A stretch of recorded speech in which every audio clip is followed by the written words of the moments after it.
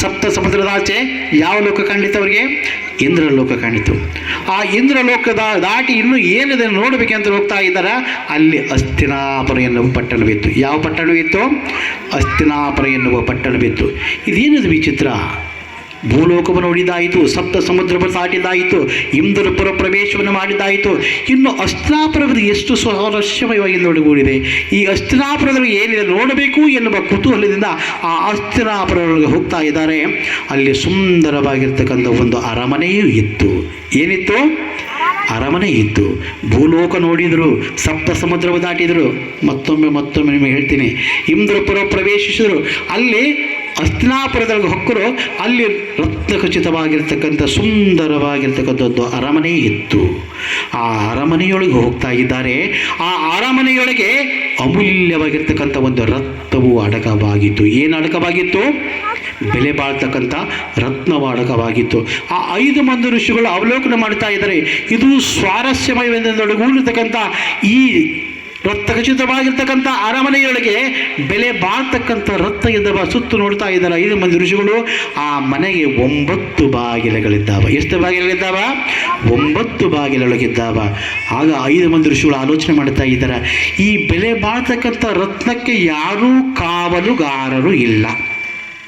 ಅಕಸ್ಮಾತ್ ಆಗಿ ಈ ರತ್ನವನ್ನು ಕಳ್ಳರು ನೋಡಿದ್ದಾದ್ರೆ ಈ ರತ್ನವನ್ನು ಕಳು ಮಾಡ್ಕೊಂಡು ಹೋಗಿಬಿಡ್ತಾರೆ ಅಂತೇಳಿ 5 ಮಂದಿ ಋಷಿಗಳು ಏನು ಮಾಡ್ತಾ ಇದ್ರಪ್ಪ, ಈ 9 ಬಾಗಿಲುಗಳಿಗೆ ನವದ್ವಾರಪಾಲಕರನ್ನು ನಿರ್ಮಾಣ ಮಾಡಿ ಅವರನ್ನು ಕಾಯ್ಲಕ್ಕೆ ಹಚ್ಚಿ ಆ 5 ಮಂದಿ ಋಷಿಗಳು ಆ ಬೆಲೆ ಬಾಳ್ತಕ್ಕಂಥ ರತ್ನವನ್ನು ಕಾಪಾಡಿಕೊಂಡು ಬರ್ತಾ ಇದ್ದಾರೆ.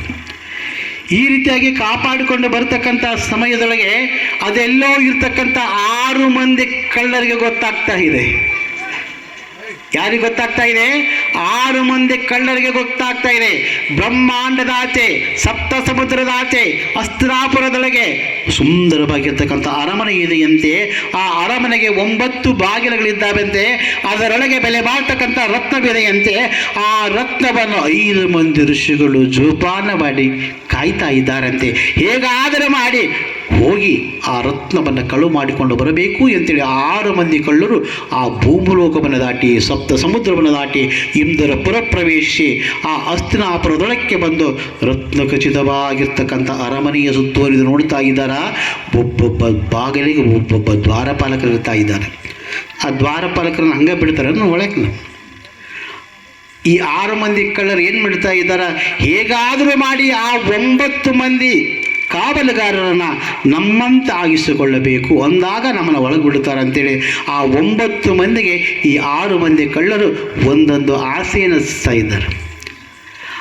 ಈ 9 ಮಂದಿ ದ್ವಾರಪಾಲಕರು ಏನು ಮಾಡ್ತಾ ಇದ್ದಾರೆ, ಈ 5 ಮಂದಿ ಋಷಿಗಳನ್ನು ಬಿಟ್ಟು ಆ 6 ಮಂದಿ ಕಳ್ಳರ ಸಹವಾಸ ಮಾಡ್ತಾ ಇದ್ದಾರೆ. ಈ 9 ಮಂದಿ ಯಾವಾಗ ಆ ಕಳ್ಳರ ಸಹವಾಸ ಮಾಡಿದರೋ ಆ 6 ಮಂದಿ ಕಳ್ಳರನ್ನು ಈ ನವದ್ವಾರಪಾಲಕರು ಒಳಗೆ ಬಿಡ್ತಾ ಇದ್ದಾರೆ. ಆಗ 6 ಮಂದಿ ಕಳ್ಳರು ಬಂದು ಆ ಬೆಲೆ ಬಾಳ್ತಕ್ಕಂಥ ರತ್ನವನ್ನು ಕಾಪಾಡ್ತಾ ಇದ್ದಲ್ಲ, ಆ 5 ಮಂದಿ ಋಷಿಗಳ ಶಿರಚ್ಛೇದನ ಮಾಡಿ ಆ ಬೆಲೆ ಬಾಳ್ತಕ್ಕಂಥ ರತ್ನವನ್ನು ಕಳು ಮಾಡಿಕೊಂಡು ಹೋಗಿಬಿಡ್ತಾರೆ. ಅಂದರೆ ಇದರ ಭಾವಾರ್ಥವನ್ನು ನೀವು ತಿಳ್ಕೊಳ್ಬೇಕು.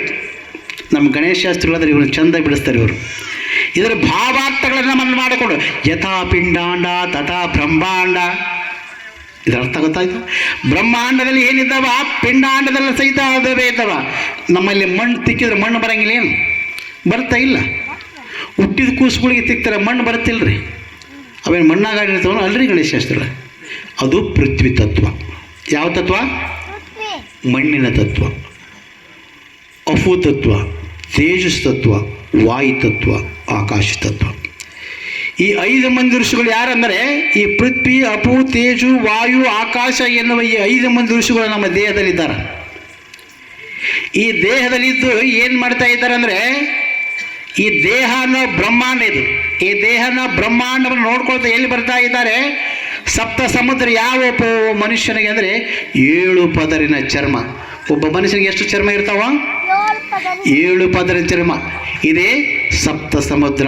ಈ 7 ಪದರ ದಾಟಿದ ಕೂಡ ಏನು ಬರ್ತೈತಿ? ರಕ್ತ, ಮಾಂಸ, ಮೇಧಸ್ಸು. ಇದು ಇಂದ್ರಪುರ ನೋಡ್ರಿ, ಇಲ್ಲೇ ಐತಿ, ಅಲ್ಲಿ ಹೋಗೋಕೆ ಹೋಗ್ಬೇಡ್ರಿ. ಈ ದೇಹ ಅನ್ನೋ ಬ್ರಹ್ಮಾಂಡದೊಳಗೆ ಸಪ್ತ ಸಮುದ್ರ ಎನ್ನುವ ಚರ್ಮದೊಳಗೆ ರಕ್ತ, ಮಾಂಸ ಎನ್ನುವ ಇಂದ್ರಪುರವಿದೆ, ಅದಕ್ಕೆ ಇಂದ್ರಪುರ ಅಂತಾರೆ.